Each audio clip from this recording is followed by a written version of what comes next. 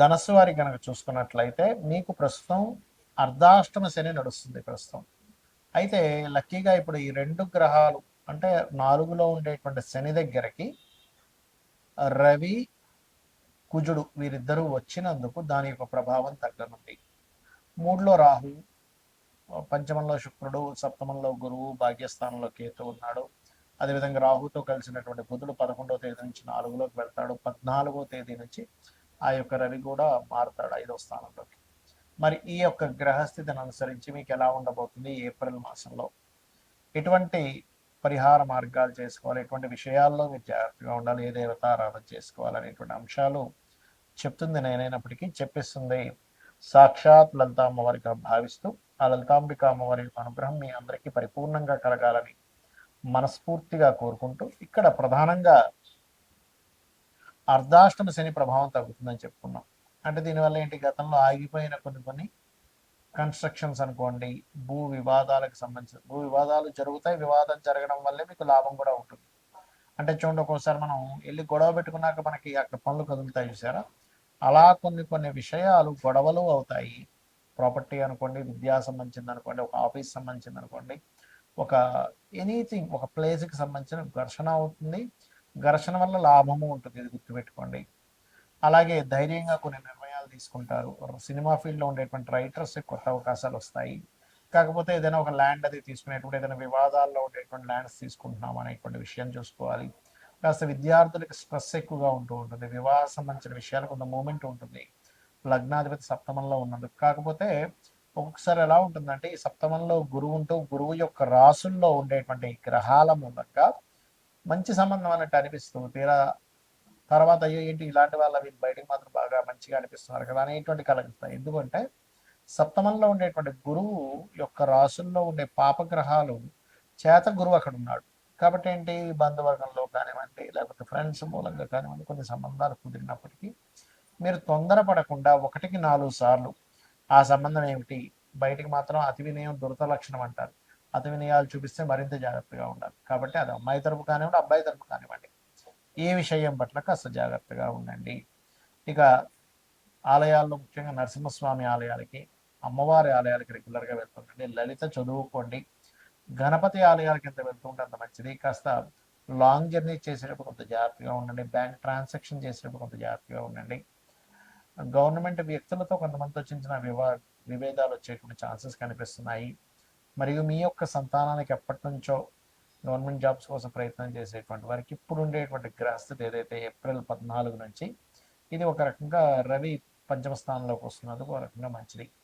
అందులో ముఖ్యంగా మెడికల్ రంగాల్లో, మెడికల్ రిలేటెడ్ సంబంధించిన ఉద్యోగ అవకాశాల కోసం, మెడికల్ రంగాలకు సంబంధించిన వాటిలో వెళ్ళడం కోసం అనుకూలమైనటువంటి పరిస్థితులు అయితే ఉన్నాయి, అందులో ఎటువంటి సందేహం లేదు. ఇక మీరు నిత్యము చేయవలసిన దేవతారాధన అమ్మవారి ఆరాధన, లక్ష్మీ నరసింహస్వామి యొక్క ఆరాధన చేయండి. గణపతి క్షేత్రాలకు రెగ్యులర్గా వెళ్తూ ఉండండి. అన్ని విధాలా మీకు బాగుంటుంది. మరి ఈ మనం చూస్తూ ఉన్నాం, గతంలో ఒక 5-6 నెలల క్రితమే ఈ వార్ రిలేటెడ్, పోయిన సంవత్సరం చెప్పుకున్నాం ఈ వార్ రిలేటెడ్ సంబంధించిన పెరుగుతూ ఉంటాయని. చాలా మంది అడుగుతుంది ఏంటంటే, ఈ వార్ రిలేటెడ్ సంబంధించిన వాటి మూలంగా ఫ్యూచర్లో ఇంకా ఎలా అవ్వనుంది అని చాలా మంది నాకు ఫోన్ చేసి అడుగుతూ ఉన్నారు. ఎందుకంటే గతంలో మనం ప్రిడిక్ట్ చేశాం కాబట్టి దాని గురించి చాలా మంది అడగడం జరుగుతుంది. ఏమంటే ఈ వారు 10-15 రోజులు ఆగిపోతుందా, లేకపోతే నెలల తరబడి వెళ్తుందా అనేటువంటి. కాకపోతే ఇక్కడ విషయం ఏంటంటే, ఇది ఇంత తొందరగా ఆగదు. కారణం ఏమిటి, దీనికి శాస్త్రంలో ఏమైనా పర్టికులర్గా కొన్ని ఉన్నాయా అంటే ఖచ్చితంగా సూత్రాస్ ఉన్నాయి శాస్త్రంలో. మనం గతంలో కూడా చెప్పుకున్నాం, గురువు 3 రాసులు మారాడు పోయిన సంవత్సరం కూడా, ఈ సంవత్సరం కూడా మారుతున్నాడు అని. ఏ రాశులు మారాడు పోయిన సంవత్సరం అంటే, వృషభంలోని, మిథునంలోని, కర్కాటకంలోకి మారాడు. అందుకే యుద్ధ సంబంధించింది ప్రారంభమైంది, ఇంకా మనకి ఉగాది కొత్త సంవత్సరం రాకముందే. అదేవిధంగా అప్పుడు మనం చెప్పుకున్నాం గోల్డ్ రేటు, ముఖ్యంగా సిల్వర్ రేటు విపరీతంగా పెరుగుతుందని. అదే రకంగా మనకి వీడియోలు కూడా ఉన్నాయి.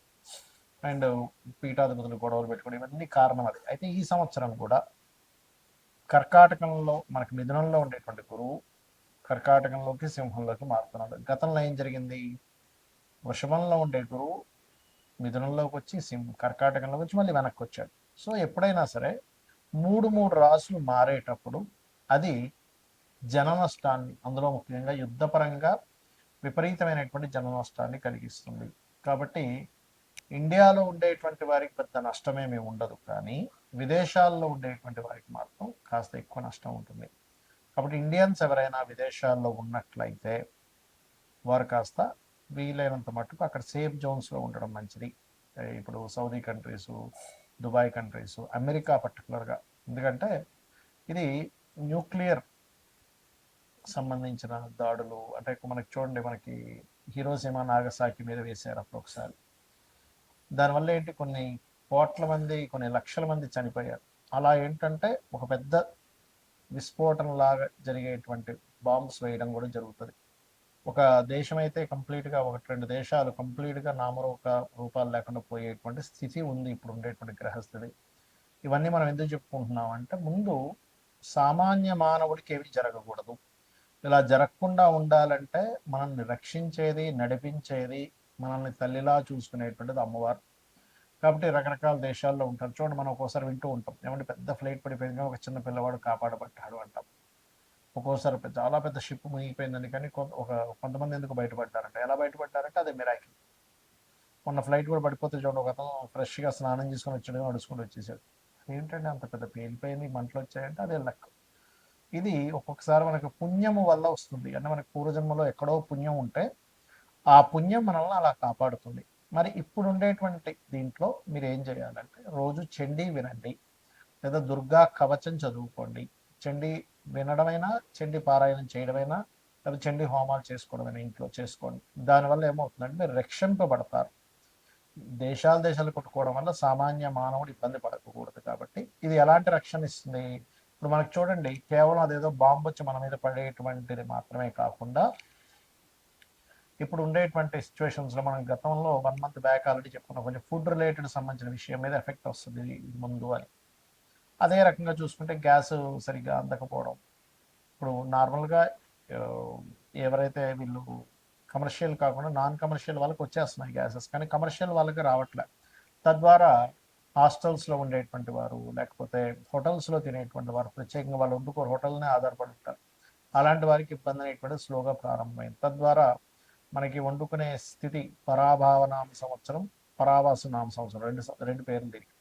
పరాభావము అంటే పరాభవం చెందడం, కొన్ని దేశాలు యుద్ధంలో ఓడిపోవడం జరుగుతుంది.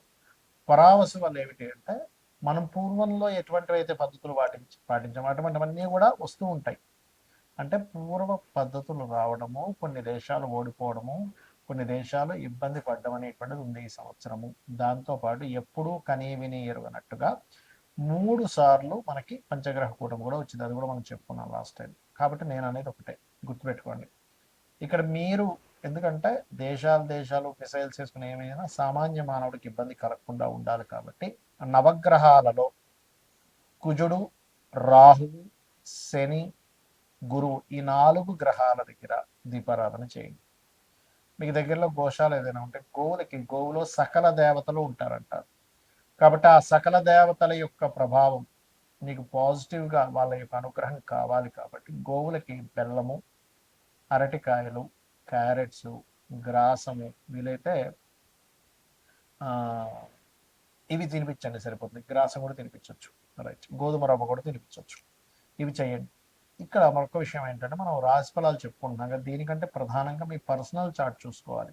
అంటే మీ పర్సనల్ చార్ట్లో లగ్నం ఎలా ఉంది, లగ్నం వల్ల మీరు ఎంత ఎదగలేకపోతున్నారు, ఎందుకు ఇబ్బంది పడుతున్నారో తెలుస్తుంది. ధనస్థానాన్ని చూసుకుంటే మీ పర్సనల్ చార్ట్లో మీకు ధనము ఏ దేవతను ఆరాధించడం ద్వారా ధనం వస్తుంది, ఏ మార్గంలో వెళ్ళడం ద్వారా మీరు ఫైనాన్షియల్గా బాగా గ్రో అవుతారు, ఎప్పుడు ఎవరికి ధనం ఇవ్వచ్చు, ధనం విషయంలో ఎప్పుడు డేరింగ్ చేయొచ్చు, ఎప్పుడు జాగ్రత్తగా ఉంచుకోవాలి, ఎప్పుడు కొరత వస్తుంది అనే విషయం క్లారిటీ వస్తుంది. అదేవిధంగా అన్నదమ్ముల విషయం కావచ్చు, చదువు విషయం కావచ్చు, సంతానం విషయం కావచ్చు, వివాహం ఎప్పుడు చేసుకోవాలి, ఎప్పుడు చేసుకోకూడదు అనేటువంటిది, కెరియర్ పరంగా ఎటువంటి కెరియర్లో మీరు సెట్ అవుతారు, వ్యాపారాలు మీకు కలిసి వస్తాయా లేదా, విదేశాలకు వెళ్ళాలా, ఇక్కడే ఉండాలి, ఇలాంటి అనేకమైనటువంటి అంశాలు మీ పర్సనల్ చార్ట్లో ఉంటాయి. సరే, మీ పర్సనల్ చార్ట్ తెలియదు, అలాంటప్పుడు నిత్యము లలితా సహస్రనామాల యొక్క శ్రవణము, పఠనము చేయండి. ఖచ్చితంగా మీకు బాగుంటుంది. శ్రీమాత్రే నమః.